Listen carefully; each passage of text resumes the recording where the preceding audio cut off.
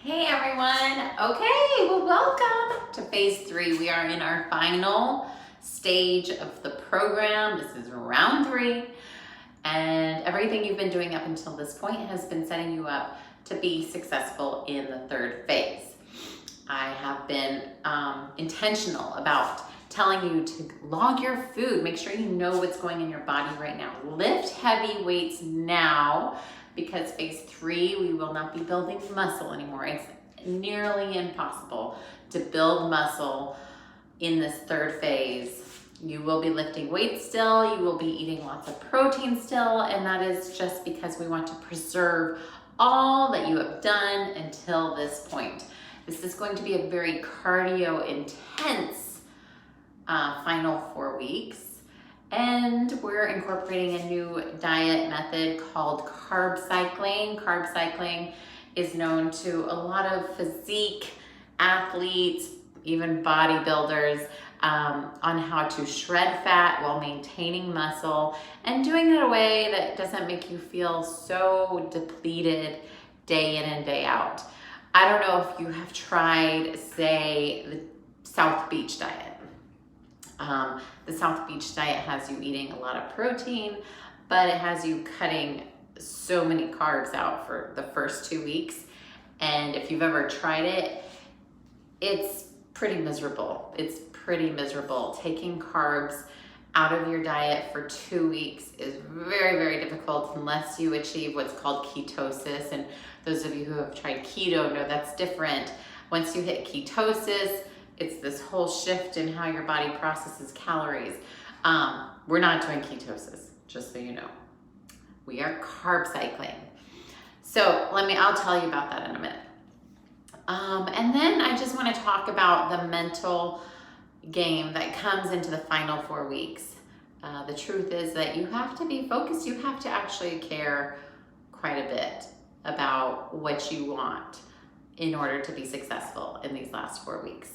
Okay, so let's talk about workouts. You'll notice in your workouts still a lot of the same movements you're used to, strength training. So you'll have bench press, you'll have squats, you'll have the beloved split squats.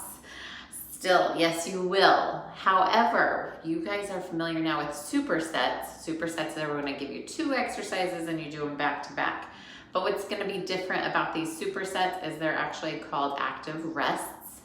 And with an active rest, instead of resting, you're gonna keep moving. So you'll see mountain climbers and jumping jacks and burpees and jump squats in between the sets of your strength training. I'll be real, it is hard. It's no longer than 45 minutes. No workout will be longer than 45 minutes. A lot of them will be closer to 30 minutes. But you should feel pretty spent at the end of those 30 minutes. Do your best. You know, all of us have had those moments where we walk into the gym or home gym or whatever, and we're just like, ugh. And every 5-pound dumbbell feels like a cinder block and so hard to get up. I am just going to tell you, in the first week or so, maybe 10 days of phase 3, you can expect that to happen. And what I'm telling you is to just show up, lower the weights, go through the motions, get a good playlist, and just do it. Commit to staying where you are in the gym for 30 minutes minimum. And trust me, you'll get through it. Some workouts are going to look better than others, but the important thing is that you show up. More is better. Okay, so you'll see these workouts are cardio intense. Like I said, active rest, meaning your heart rate is constantly going up. And then you have 2 or 3, you have 3 cardio workouts in place of strength training. So 3 days cardio, 3 days strength training. And with the strength training, you'll notice a little cardio intense. More is better. In this last phase, the more activity you can pack into your day, the better. This means when you have a 15-minute break with work, you go hit the stairs, or maybe go for a quick walk, or do jumping jacks in your home office, or something like that. If you have time for a morning run in addition to your workouts, do it. Those little things will accelerate your fat burning in this last phase. So more is better. You are physically fit at this point. You can take on more. So do more. All right. And that's that for the workouts. And you will understand what I'm talking about next week when you get these workouts in your calendar. Now the diet, I did mention carb cycling. So this is how it works. One day high carb, one day low carb, alternate for the whole week. You can switch this on and off to fit your schedule. And I'm just gonna tell you, after a low carb day, you're gonna feel pretty tired. Carbs are energy. They're the best, most efficient source of energy. Especially if you're an afternoon worker-outer, you're really gonna feel this carb cycling. So I would arrange, test and see what feels good, but I would pretty much set up my low carb days for the less difficult workouts. Here's how it works.